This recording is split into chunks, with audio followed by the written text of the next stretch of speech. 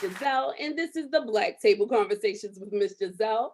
And today we have one of the dopest authors on the block sitting with us, Miss Kristina Zane Roberts. And say hello, Hi, everyone. Glad to be here. everyone. Thank you so much. Thanks for pulling up to the table. And we're Oh, going to you're just welcome. dive right on in. You have such a huge catalog. So we can start by you just giving the people a little bit of taste of who you are, Oh, and wow. want to know what started you or what encouraged you to be an author.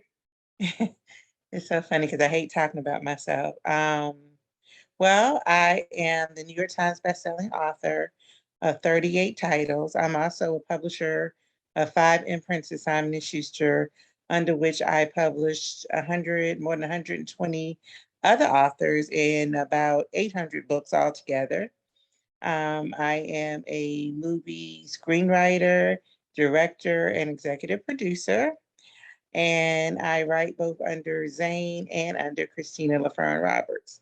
So I'm two people, which is fine because going back to how I started, I actually lived a double life for 5 years. Nobody knew that I was Zane, not even my parents. So the show, my first television series, Zane Sex Chronicles, was based on my real life because the studio executives were so fascinated by the fact that I was able to pull that off for 5 years with no one knowing that I was Zane. But I got started writing short stories over the internet because I was bored, and it just became this cultural phenomenon. And I gave away my work for 3 years for free on the internet, never intending to ever actually put out a book. But a rumor got started that I had a book out, and I still waited almost another 2 years before I actually put a book out. And then I said, you know what? Nobody knows I'm Zane anyway. So if I put the book out and it flops, no harm, no foul. But my biggest fear was exactly what happened. I had a feeling if I put it out, it would be an overnight success. And that's what happened. And the rest is kind of just like history. I've been Zane now for 25 years, which is unbelievable, considering I never intended on doing this. And that's pretty much who I am. Well, I tell you, you are amazing, and I Thank you. love how free you were, and that it's like an alter ego almost, right? That's how I like. I know what you feel because Well, I feel like that every woman has two sides of it. yeah, There's a side that we feel we have to be as a responsible person. A lot of us as mothers and wives and stuff. And then there's a side that we would be if we didn't have to worry about any of that, being judged or catching diseases or anything like that. I used to even joke with my own mother about that. I was like, if it weren't for diseases and my kids and my responsibilities, they wouldn't have been able to find me because I would have been somewhere around this world, hoeing, tasting the rainbow and all that stuff like men say. I would have been all over the place. So there are two sides to us. So I write often about that side that women want to release, but have that fear of being judged. right. And it's just finding that balance and that Hmm. escape. Everyone needs an escape space, and I think Right. your books act as that escape place. And it Hmm. just shows. It just shows the many levels to us. So Hmm. I Yes, like the that. many. I like the fact that you like kind of like push people to dare to try out their other side. Like I Yeah, I've definitely sexually liberated a lot of women because a lot of women in their, 40s, 50s, even 60s thank me for finally letting them know it's okay right. to, ask for what they want, be comfortable in their sexuality, not wait for the man to make all the decisions in the bedroom. And because that's very important. I'm all with that, and I agree. Matter of fact, like that's when you get an idea. Like I'm about to read and act that and add my own twist to it. It's a recipe. Hmm. It's like a book of recipes of love making, and Hmm. it's spiritual. It's everything. Like people don't Thank you. understand the level of those connections, and not only that, it's just it's liberating. So I want to give you big. Thank you. So because you were able, you maintain your relevance for over 25 years, right? Over that, Uh-huh. right? Yes. So what do you have brewing right now? Like, Well, I have 3 books coming out shortly. And I have a movie coming out, a Kristina Roberts film called I Wish I Never Met You, which I love the title because everybody knows somebody they wish they never met. And absolutely. as a matter of fact, I'm going to start a I Wish I Never Met You challenge, where I want people to make 1-minute videos and tag the I Wish I Never Met You film Instagram page, talking about somebody they wish they never met. I don't want them to get a name though, Right. but briefly saying, who they wish they never met. Because how many of us are like, dang, I wish I, had never let so-and-so introduce me to this person. Or I wish that I had just walked right past that person in the grocery store. I wish I never would have even, talked to them online. All that kinds of everybody. Like you have somebody you wish you never met? Oh, absolutely. Come up. Like, I wish you get a wish. You get a wish. Uh-huh. Yeah. And I'm Mm-hmm. like, I'm loving it. I can't wait till the hashtag come out. We're gonna actually help you push it here. Yeah, it's already a hashtag. And then Okay. people can go to I wish I never met you film.com to find out more information about the film. The trailer is not up yet, but I hope to have it up for the next week. I actually gonna have a rather long trailer, but it's interesting because it's gonna be a long trailer, but people still are not gonna have any idea what's going on in the movie. They're just gonna want to see it. But it's one of the things I like to challenge myself. I will say this. I always challenge myself. Like I'm working on my next film now, breaking it down. And it's something I've never seen before. And I wish I never met you is something I've never quite seen anything like it before.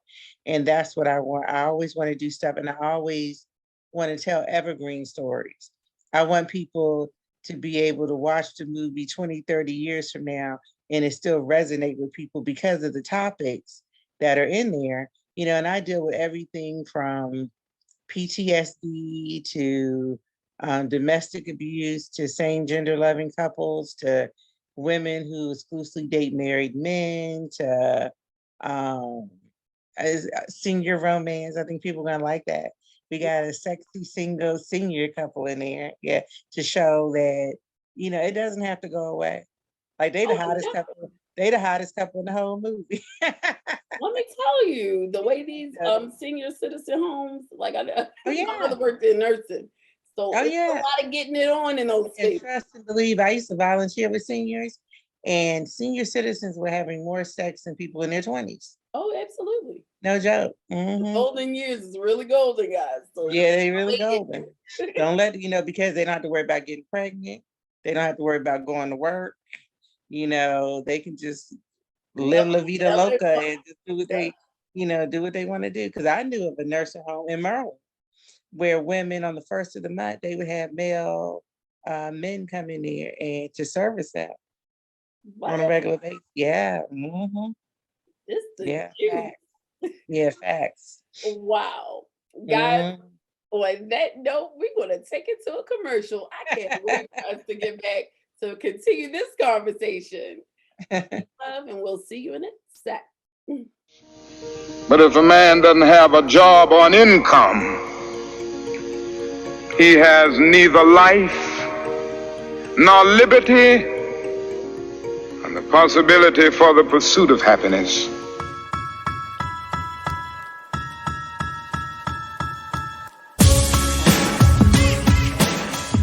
When you think of your life, could it be a book? A lot of people have stories to tell, but they just don't know how to translate it to paper. This is why I created Area Justice Media Group, LLC. At Area Justice Media Group, we are entertainment. Instead of a script, we write our own stories, use our own imagination, and entertain readers all around the world. My name is Elizabeth Roberts, and I'm an author and a book publisher. Not only do I publish books, but I make them come to life on the TV screen. I have had one of my books featured on The Real. I worked with numerous celebrities in the book and film industry. My book trailers / short films are now available on Roku, Amazon TV, Apple TV, and more. I have had the pleasure of writing a 2-hour feature film, and I have now helped over 30 authors get published with their books being distributed via Amazon, Barnes & Noble, Walmart, and more. In addition, I publish all genres, so nobody will be left out. In traditional publishing, you have to hire an editor, copywriter, formatter, and cover designer. At Area Justice Media Group, I am your one-stop shop from publishing to getting your book on the TV screen. Welcome to the group.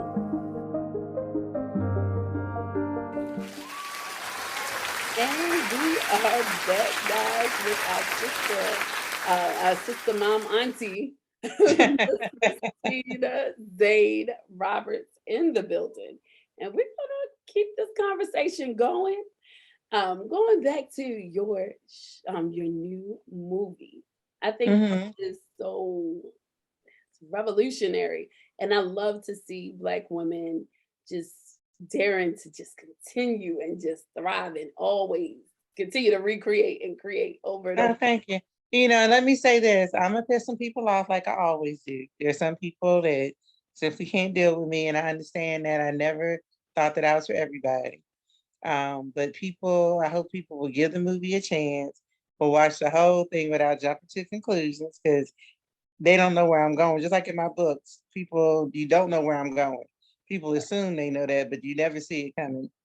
And I will say this, whether they love the movie or hate the movie, they will be entertained by the movie.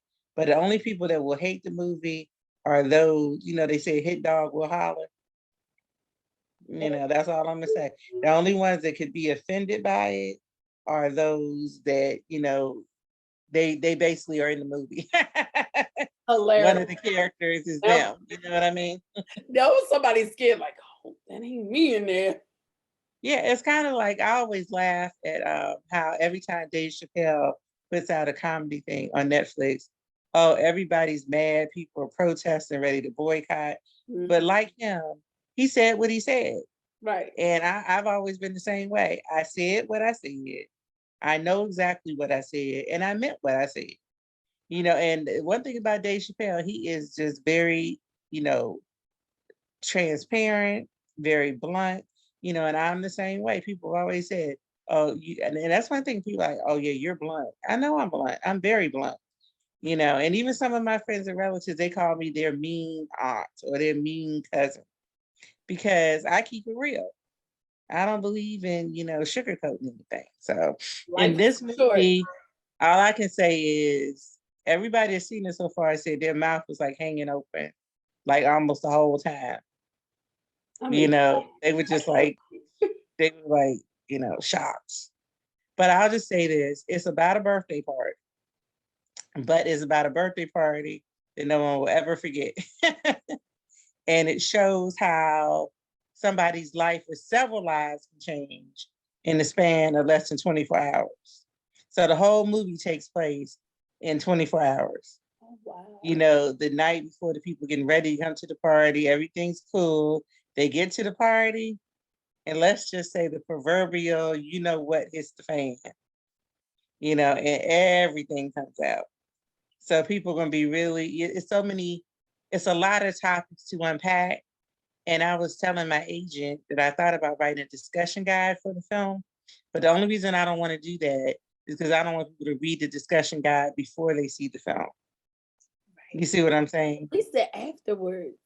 That'll be because look, like, so here we actually have a segment. It's actually a love and relationship segment.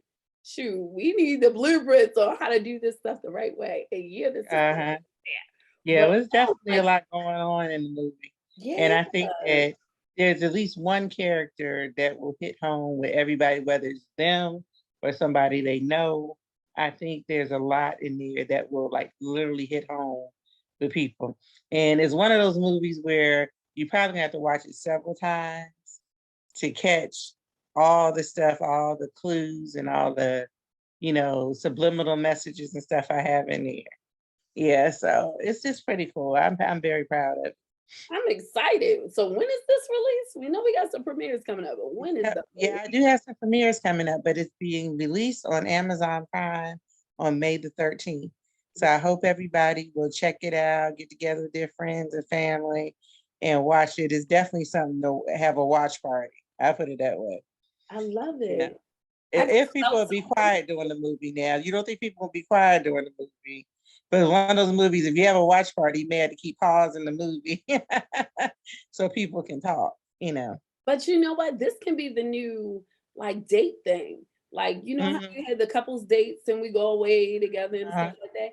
This will be one of those shows you have it. We break it down as and during couple retreats. I can feel This is something. definitely a date movie, a couple. It's so funny because you were talking about my daughter before we started. Her and her boyfriend watched it the other night.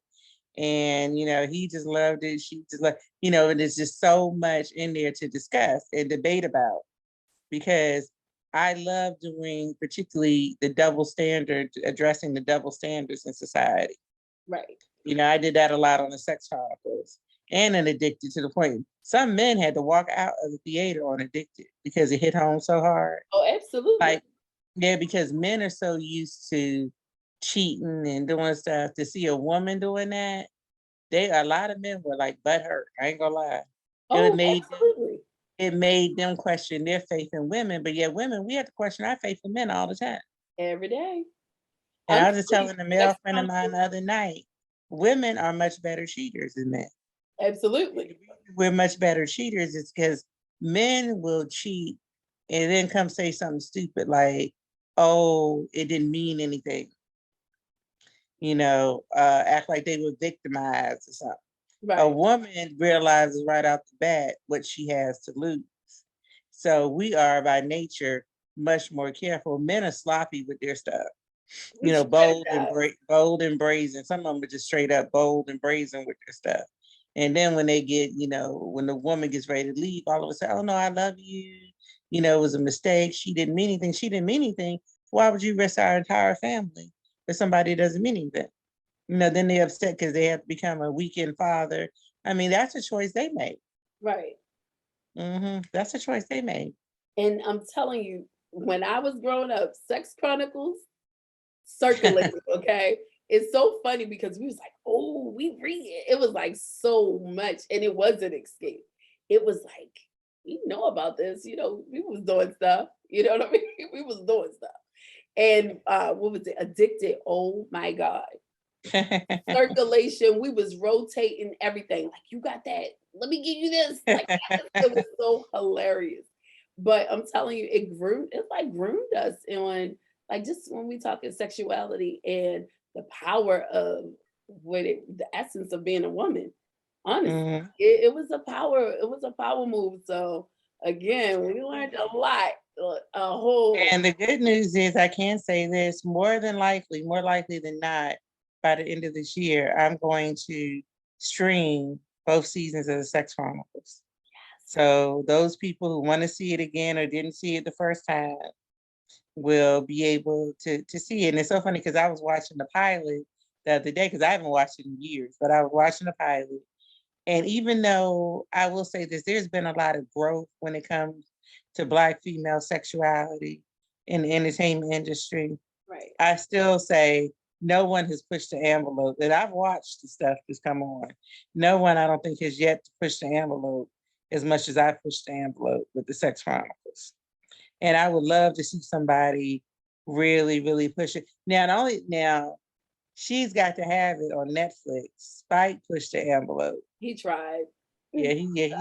But looking at the Sex Chronicles, I feel like by bringing it back and letting people see it with fresh eyes, because like even with me watching the Power with fresh eyes, I'm like, damn, we did that. And then like the sex scenes, Fire. it really, I made that stuff look good. Yeah, it really like 50 Shades of Grey. I was watching the definitely. sex scene in the pilot between Patrice Fisher and Christian Keys. That joint was hot. Yeah, and I remember filming it, but just seeing it again. I mean, I was obviously right there when we filmed it, but just seeing all of that over again and the characters and all that kind of stuff. I really think I am going to put it back out. Absolutely. Put it back out and let people see it in a whole new light. put it on one of the streaming services. Well, I'll tell you this much. You are so appreciated. You inspiring me right in this moment, right now. It's like just Oh, thank you. keep being and say what you say. Like I said it and I'm owning what Yeah, I'm very, yeah, I said what I said, you know, and it amazes me that even after all this time, some people still try to tell me what to post, what not to post. In fact, I stopped posting advice email on Facebook. I moved over to Patreon, so I don't have to worry about people, reporting me and Amen. stuff. So It's if people want ridiculous. to, so if people want to read some my interest in advice emails, they can go to patreon.com/Zane. And it's $5 a month, and people don't want to pay $1 and 60 cents a week to read, my emails, that's fine. But I got sick of, I did it for 25 years for free. And I feel like, and it's really the $5 only because that way people won't be reporting me. It's almost, like, okay, if you're over here, that means you're intentionally over, even though I've never added anybody to my Facebook page. They all added themselves. Right. You see what I'm saying? I But this way, yeah. So, but this way they can't, they can't claim, that they didn't follow me. Because it kills me when people say that, like, oh, I'm gonna follow you. But I never asked you to follow me in the first. I mean, I don't understand that. I never once, and I don't even think I can add people to my fan page. They have to add themselves. You know what I mean? So anyway, all of that to say, I got tired of all the, drama and the sexually oppressed people following my page. Always had something to say. And so I just stopped doing it. Right. And why is it that we should be silenced and everyone else should be liberated? Right, exactly. Like, I'm gonna still do what I do. Are we gonna keep lifting you up because you said what you said? I said what I said. That needs to be my memoir. I'm I keep telling going back and forth between my memoir titles. Actually, that's the new one. I was tired between This Is Too Much and Pimping and Parenting Ain't Easy. But I said what I said. I'm feeling maybe that might be my memoir title. yeah. And it's when you make a point.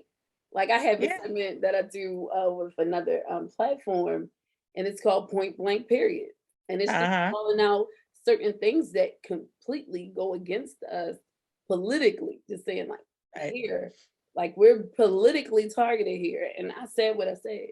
I'm no politician. And I have a new radio show that's about to start on iHeartRadio, but it's actually going to be on other platforms and it's already syndicated by a station in London. But it's called Let Me Go Ask. And what Let Me Go Ask is about topics that a lot of people are scared to ask anybody about. But I go and ask. Like, I interview my gay best friend, who's my real gay best friend. And he's actually the gay best friend to a lot of Black female celebrities. Oh, wow. And a lot of people probably see his name is Jamaica Jatoy, but he used to be John Singleton's assistant for a long time.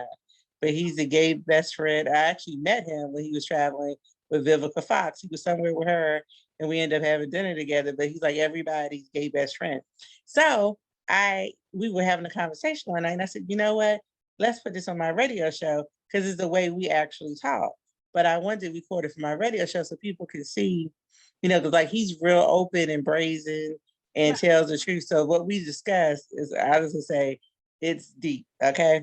And then I interviewed a guy who's been married 4 times and has 11 children. Married and divorced 4 times, he's only like 40. So I talked to him, about like what is it that men really think? But we had a very deep discussion about why men, and he gave a very deep, detailed answer about why men like to hit it from the back. Like I've always, you can kind of get, but the way he really described it, like really explains that it's about more than just looking at the woman's behind. So he gave a really, then I interviewed a woman who's part of a polyamorous couple, but she didn't choose to be that way. She had never been with a woman before, but she decided to try it for her man.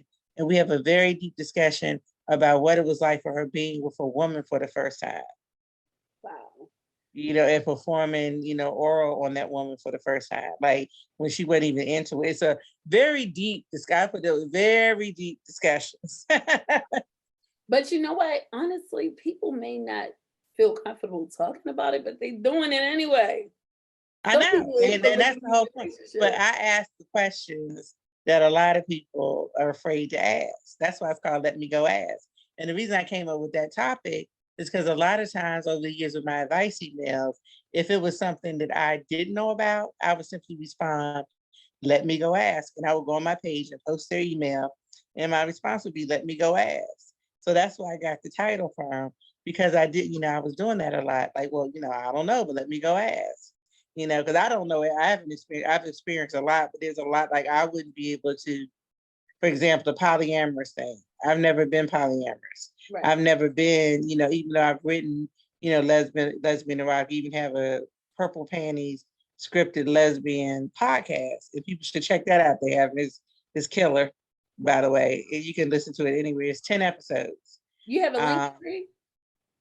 I do have a link tree on my Instagram, which is at Planet Zane. Okay, got it. But if they look up Purple Panties, it'll come up. It's on podcast, all the podcast service. So my whole point is, like, I would not know what would make a woman decide to do that. So I went and I asked, like, if you're not bisexual and you've never been interested in women, why would you agree to doing that? And how did that experience turn out for you? Wow. Because it is interesting. It is interesting when you think about like what goes through someone's mind when they make that decision. Right. To do that. I'm thinking like in my own mind, I'm like, is it like self-esteem or you just want this man regardless? So you're trying to fit into whatever space he has, or you like, you know what, you're a lot of work. I need somebody else to do it anyway. Right. It could be different reasons. Yeah. Because there's some women that would love to just be in a relationship, had all the benefits of relationship, but had that man go have sex somewhere else. Wow. So I guess depends on what you want. I've known of at least one couple where that was the situation. Wow. And a lot of women, especially when they go through menopause or hormones, it's like, okay, I just want, we can cook together, we can sleep together, we can cuddle together. But, you can go get your needs met somewhere else, And as long as people are in agreement with that, like, again, no judgment zone. My problem is the deception and behind your back thing. Right. But I actually did a post on Facebook probably a couple of years ago. There was an article, and they were talking about 90% of married women didn't want to have sex. And I said, that's a very high number. And I jokingly said, I should start a dating site for women to find men who are impotent or have erectile dysfunction. And a lot of women on my page said, I was joining. Like, that's exactly what I'm looking for. They're like, that sounds like my thing. That's my type of thing right there. Yeah. So I was really shocked. People were like, oh, you should start that. You should really start that. I would join. And I was like, wow. So that's a whole nother subject, women that really don't want to have sex, but they do it anyway. And and I said a long time ago, a lot of times women have sex, not for the act of sex, but for what comes after the sex. Like holding you and telling them that the men telling them that they love them, and the man being a security blanket and a provider and stuff. And they just feel like sex is an obligation. And that's one thing I've tried to help women with over the years is, if it feels like an obligation, something needs to change. Or if you feel like you can't jump your man's bones super freak style, because you got to wait on him to make the first move, or you're afraid he's going to think ill of you and wonder how you know how to do all of that, then that's the problem. One of my favorite sayings is, I promised myself that I would live a life that I didn't feel like I had to escape from. I love that. Do you know how many women right now around the world woke up this morning living a life that they wish they could escape from? Oh. And that's truly sad for, numerous different reasons. And I promised myself I would never live a life like that. Now, I ain't gonna say I never have. There been points in my life I was like, oh, Lord, I gotta get rid of this Negro. Like, this is, but I probably I will not, live a life where I feel I have to escape from. And the thing is, I don't care what anybody says, there are red flags. Oh, absolutely. Some of them more obvious than others, but there are red flags, you know. hmm I And love it's very, this. and it's very important to know who you're dealing with, because it's very seldom doesn't matter what's true and factual. It only matters what people perceive. So if you have a man who has abandonment issues, for example, where they felt like their mother chose a man over them when they were young. Now I was in this situation one time. I was dating, actually engaged to a guy who had that issue. And because of that, he was so afraid of losing stuff that he was the type, like his house had to be paid for. He didn't want a mortgage, you know. He didn't want a car note. You know, he was so, but because of the fact that he was afraid of something being ripped from him because of what happened with his mother, his father died very young. He was like 10. He was very, when it came to women, he was always worried that he was going to lose the person. So more possessive. Yeah. The Yeah, ownership. so you have to realize, you know, where people are coming from. You know, and I realized that I was the woman, even though he thought I was the woman I realized I was not the woman that he needed. You know what I mean? I really wasn't. So sometimes you just have to come to the realization that two very good people can have a very bad relationship. That's very true. hmm When I tell you our sister is dropping gems today, if you ain't learned nothing in the first 5 minutes, you definitely learned something in the last 10. This right here, like I'm telling you, because people need to realize this. This is why, like, I made it my business to make it this season.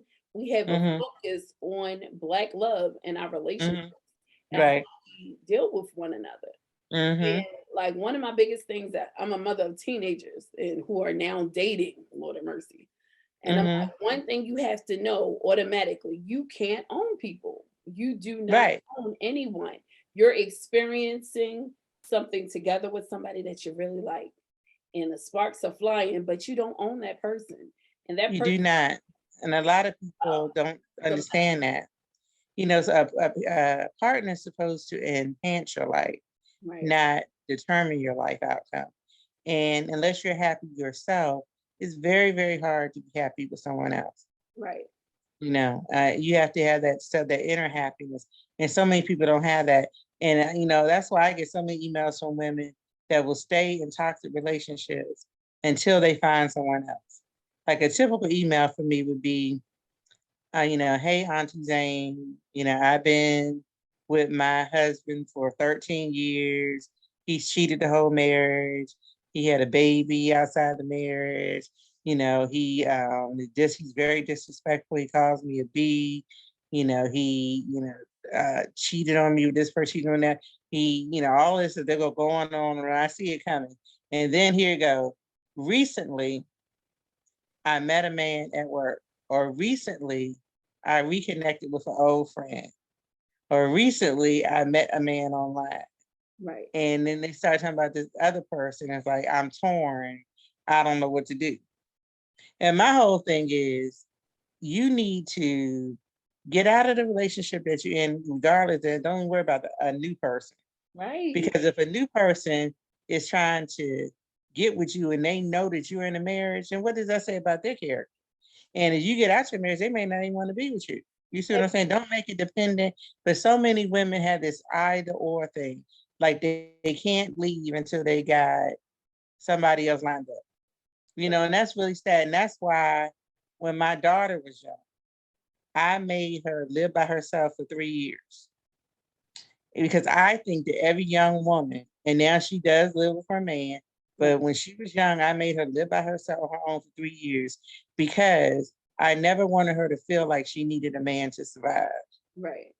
You know, in the first year when she moved out of our house and she was scared all the time. But then after she renewed her lease, she was like, I can't believe I lived on my own for a whole year. Like up in here, you know, by herself. Not that she didn't have company and stuff, but you Right. get what I'm saying. It just And felt good, that freedom of this is your space. yeah, but you know, to learn that you can make it on your own. You don't have to have a man there, you know, in order for you to, you know, survive. So I think it's very important that every young lady at some point in their lives lives by themselves when they're young. And I say the same thing for young men. Because a lot of young men, they go from their mama's house to living with a woman, and then they don't want to leave there till they have another woman lined up that they can go live with, or they go back and move in with their mother. You see what I'm saying? It's bounce to another woman house. Yeah, they just bounce, and they never. There are a lot of men out here that never lived on their own, like ever. And that's sad too. So it's a lot of life lessons that people really need to think hard about, and a lot of mothers in particular are crippling their sons by not making them independent. Right, I agree. My son, I do not take out trash. Oh, I don't know. Soon as my sons know how to wash dishes, do laundry, clean up, make their bed. Even though they don't like doing it, they know how to do these things. Yeah, my son did his laundry yesterday. Yeah, I mean, you can't handicap them. You know what I mean? You have to make them. In fact, my son does my laundry, as a matter of fact. No, that's right. And probably good as ever, because that's my he does. Yeah, and he takes out the trash, and he does, and he cooks. That's amazing. My son's the grilled cheese king. So he does 90%. He does 90% of the cooking. I know that. And he does my laundry, and he takes out the trash and all of that. Now he doesn't like doing dishes, but we're working that out. So he'll cook up a storm. But you got to make them be independent, because you're crippling them if you're not teaching them, how to do stuff. Like I could sweep the steps, but instead I'm like, come sweep the steps. You know what I mean? And then my daughter, when she was younger, I made her brothers, because she has 2 brothers. I used to make her brothers and, my husband, when she came down in the morning, I would tell them and tell her she was beautiful. Right. And when she cooked, even if it was like hamburger helper, I told them to tell her that it tastes good. Because I never wanted her to look for that validation from somebody else. Right. So her brothers told her, that she was beautiful and, all of that kind of stuff. And she learned early on, especially for her older brother, like if some guy messed with her, some teenage boy, he would put the fear in them. We would never see that boy again. Cute.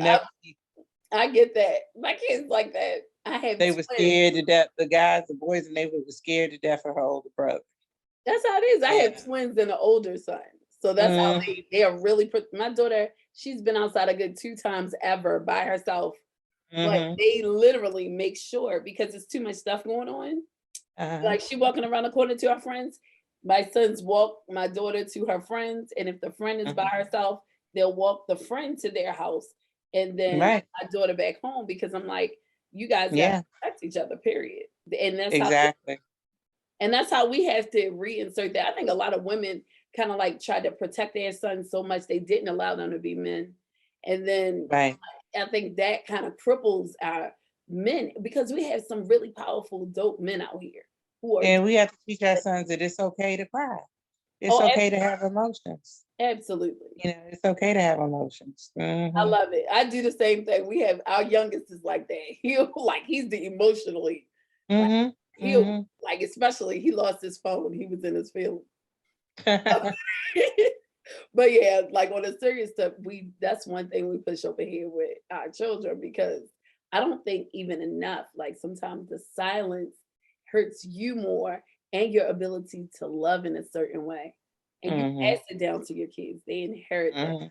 So I love it. It's a lot of Black men standing up and really lifting these boys up too. They had 70%, they said out of 70% of Black American men are the best fathers. Now, might not be married in most cases, but they are the best fathers. So big up to our men, but absolutely, to our women too, because we still fighting through all of this.